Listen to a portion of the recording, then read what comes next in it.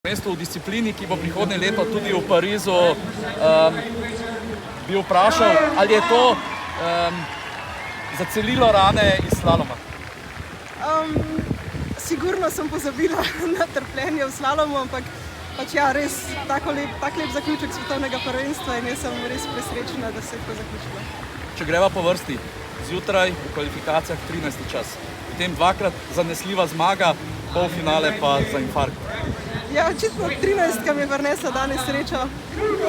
Res v bistvu sem ohranila koncentracijo, imela sem v bistvu v glavi dobre variante, kako se bom znašla in ja, se mi je šlo danes, tako da res pač ta kros je tehnika, taktika, ampak tudi malo sreče in mogoče je to bila ta sreča, ki mi je zmanjkalo v slalomu, tako da se mi je tukaj povrnila in res super.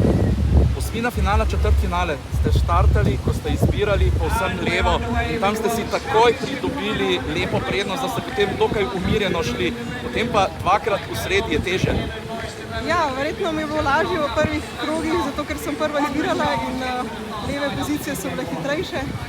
Ampak ja, na koncu se je videlo, da se znajdem tudi v drugih, tako da ja, kakor se je razpletel res enkratno. Spomin nam bega lani v Augsburgu v polfinalu za las niste prišli v finale.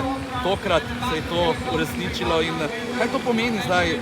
Boste za Pariz večji poudarek dali krosu ali vendarle še slalomu? Ja, pač tukaj se vidi res vse šport. Enkrat ti uspe, drugič ne, čeprav si res vrhunsko pripravljen. Ja, sigurno, pač seveda bo treba tudi poudarek na krosu. Bomo videli, v sezoni bomo naredili plan.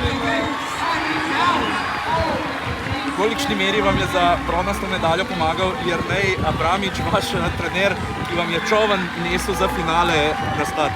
Ja, sigurno, brez ekipe, ki mu pač podpira in vseh navijačev. Ja, v bistvu že zato, da sem tukaj dobro pripravljena, zadaj res sem dobila, tako da ja, na koncu sem morala vse pohoditi. Verjetno bo zdaj slovenskim navijačem, pa tudi vam, ta novi olimpijski sport postal še bolj zanimiv, še bolj všeč. Ja, s takimi lepimi rezultati sigurno. Hvala in srečno.